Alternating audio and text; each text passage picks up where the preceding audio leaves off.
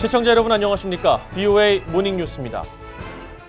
유엔 대북 제재 이행이 제대로 이뤄지지 않으면서 북한의 불법 금융 거래와 제재 회피가 계속되고 있다고 미국 재무부가 지적했습니다.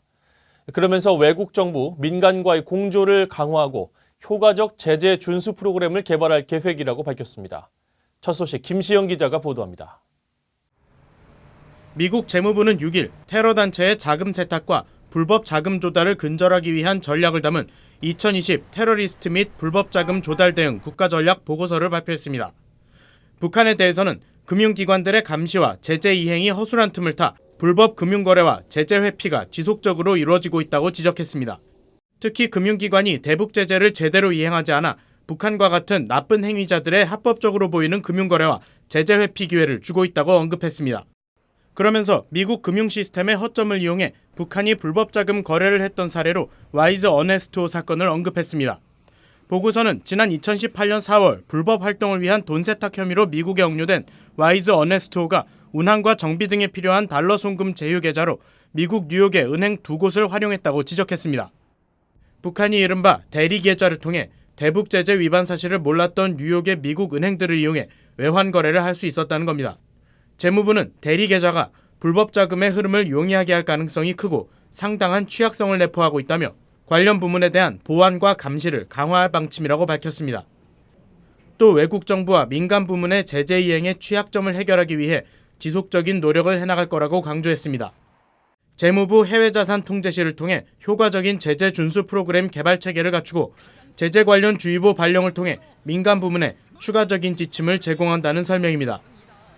보고서는 북한이 암호화폐 같은 디지털 통화를 목표로 삼고 불법 자금 탈취에 나서고 있다는 점도 지적했습니다. 특히 2017년 미국과 호주, 영국 등 150개 나라에 피해를 입혔던 워너크라이 랜섬웨어 공격을 주도하면서 각국의 사회 기반 시설에 피해를 입히고 복구의 대가로 비트코인과 같은 암호화폐를 요구했다고 지적했습니다.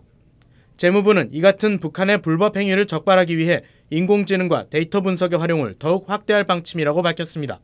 BOA 뉴스 김시영입니다. 미국의 법률 전문가들이 미국의 대북 제재에 한계가 있다며 제3자 제재인 세컨더리 보이콧의 중요성을 강조했습니다. 세컨더리 보이콧 제재 대상으로는 미국과 긴밀한 관계를 맺고 있는 중국과 중국의 기업들이 지목됐습니다. 오택성 기자입니다. 미국 대형 법률회사 베이커 앤 맥킨지의 마리아 셰리게예바 변호사는 미국 변호사협회가 최근 주최한 2019 미국 제재 평가 토론회에서 미국 재무부의 북한 직접 제재는 한계가 있다고 주장했습니다. 미국과 북한은 무역 등 사실상 교류가 전혀 없어 대북 제재가 베네수엘라나 이란 등에 가해지는 미국의 제재 프로그램과 같은 효과는 없다는 겁니다. Obviously, it is the matter of how much trade you have between the countries and how much historic relationship you have between the countries. And the relationship between the United States and North Korea have been bad for so long now that there is virtually none. 이런 이유로 북한과 연관된 제3자에 대한 제재, 즉 세컨더리 보이콧을 시행하면 더 효과를 낼 수 있다는 의견도 나왔습니다.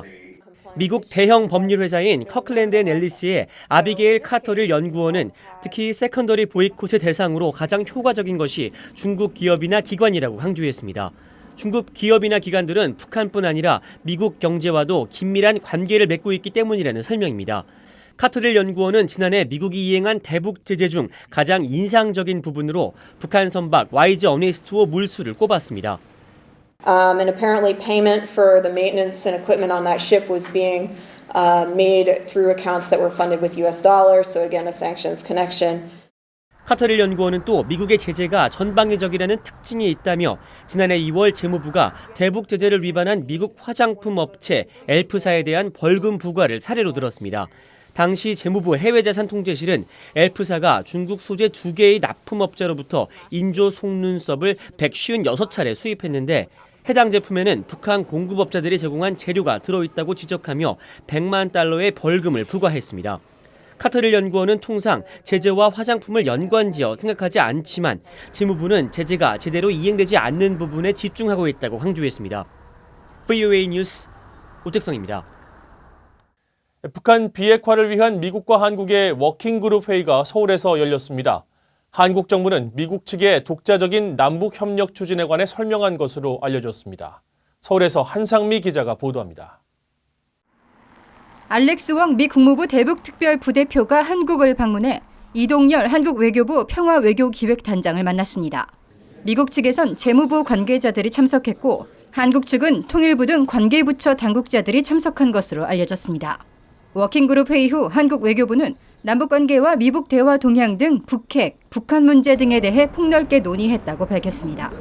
한국 측은 북한 개별 관광과 남북 철도 도로 연결의 필요성을 미국 측에 설명하면서 개별 관광은 관광 사업이 아닌 이산 가족 중심의 인도주의적 목적의 개별 방북이며 철도 도로 연결 사업은 북한이 비핵화를 할 경우 얻을 수 있는 밝은 미래를 보여줄 가시적인 프로젝트라고 강조한 것으로 전해졌습니다.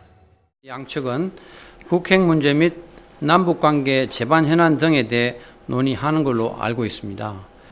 철도 도로 연결이라든지 그 접경지대 협력 문제가 논의가 되는 것으로 알고 있습니다. 여 대변인은 그러면서 북한 개별 관광은 제재에 저촉되지 않는 만큼 미국과 논의할 사안은 아니라면서도 미국과의 협력 차원의 논의라고 설명했습니다. 전문가들 사이에선 이견이 나옵니다. 북한 개별 관광과 철도 도로 연결 문제는 미국의 국내법과 시행령에 따른 것으로 제재에 저촉된다는 지적입니다.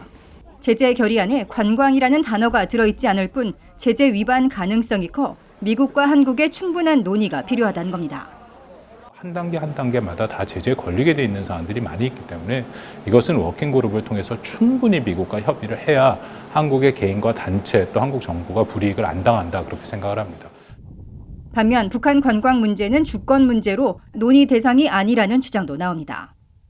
그것은 한국 스스로 주권 문제를 한미 간의 논의 대상을 함으로 해가지고 주권을 스스로 포기했다. 언행의 불일치 이런 부분에 대해서 결코 자유로울 수 없기 때문에 상당 부분 발표에 신중을 기할 필요가 있다는 생각이 들어요. 10일 워킹그룹 회의를 마친 웡 부대표는 12일까지 한국에 머물며 청와대와 통일부 관계자들을 만날 것으로 전해졌습니다. 서울에서 VOA 뉴스 한상미입니다. 도널드 트럼프 미국 대통령이 오는 11월 미국 대통령 선거 이전에 북한 김정은 위원장과의 추가 정상회담을 원하지 않는다는 의사를 핵심 참모들에게 전했다고 미국 CNN 방송이 보도했습니다. CNN은 10일 관련 논의에 정통한 복수의 소식통을 인용해 이같이 전하며 트럼프 대통령의 핵심 참모들 내에서는 대선 전에 북한과의 합의를 추구하고자 하는 욕구가 별로 없다고 보도했습니다. 그러면서 이는 협상 재개로 인한 잠재적 이득보다 위험이 더 크다는 판단에 따른 것이고 트럼프 대통령은 지난해 10월 스웨덴 스톡홀름에서 열린 실무협상이 결렬된 이후 좌절감을 표했다고 CNN은 전했습니다. 앞서 로버트 오브라이언 백악관 국가안보보좌관은 지난 6일 미북 비핵화 협상이 대선 등 미국의 국내 정치 일정에 전혀 영향을 받지 않을 것이라고 밝힌 바 있습니다. 크리스토퍼 힐 전 미국 육자회담 수석 대표는 북한의 비핵화와 관련해 대북 제재를 유지하며 한국과 중국 등 관련국들이 대화에 참여하는 다자적인 접근이 필요하다고 주장했습니다. 힐 전 대표는 9일 한국 강원도 평창에서 열린 2020 평창 평화포럼에서 미국은 북한의 비핵화가 가시화되지 않는 한 제재를 쉽게 철회하지 않을 것이라며 이같이 말했습니다. 그러면서 미국은 북한의 주장과 달리 북한을 적대시하는 것이 아니라 핵을 반대하는 것이며 북한의 핵을 절대 용납하지 않을 것이지만 대화와 협상의 문은 열어놓고 있다고 진단했습니다. 힐 전 대표는 또 북한 핵은 미국뿐 아니라 국제적인 문제라며 육자나 사자 형태의 다자적인 접근과 유인책이 필요하고 특히 중국은 다루기 쉽지 않은 상대이지만 배제해서는 안 된다고 강조했습니다. 태영호 전 영국 주재 북한 공사가 오는 4월 치러지는 한국 국회의원 선거에서 야당인 자유한국당 후보로 출마할 것으로 전해졌습니다. 자유한국당 측은 10일 태 전 공사의 인재 영입 사실을 발표하며 목숨을 걸고 자유를 찾아온 사람으로 대한민국 평화의 길을 제시하고 국제 무대에서 당당하게 입장을 알릴 수 있는 인물이라고 소개했습니다. 태 전 공사는 이번 총선에서 서울 내 지역구로 출마할 것으로 알려졌습니다. 앞서 탈북민 출신의 북한 인권운동가인 지성호 씨도 지난달 북한 인권 개선에 앞장서겠다면서 자유한국당에 입당했습니다. 이상으로 VOA 모닝뉴스를 마칩니다. 시청해주신 여러분 고맙습니다.